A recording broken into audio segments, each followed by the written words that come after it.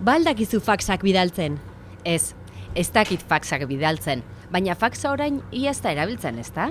Bai, egia da, baina gutxi batzuei faxa bidali behar izaten diegu. Eta baldakizu eskaneatzen. Bai, eskaneatzen badakit, baina hemen nola egiten duzuen ikasi beharko dut. Eta badakizu alarma kentzen? Bai, badakit alarma kentzen, gaur goizean erakutsi dit Jokinek. Baldakizu deiak beste lanlekuetara desbideratzen. Ez dakit deiak beste lanlekuetara desbideratzen, erakutsiko didazu. Bai, lasai, eta PowerPoint programa erabiltzen badakizu?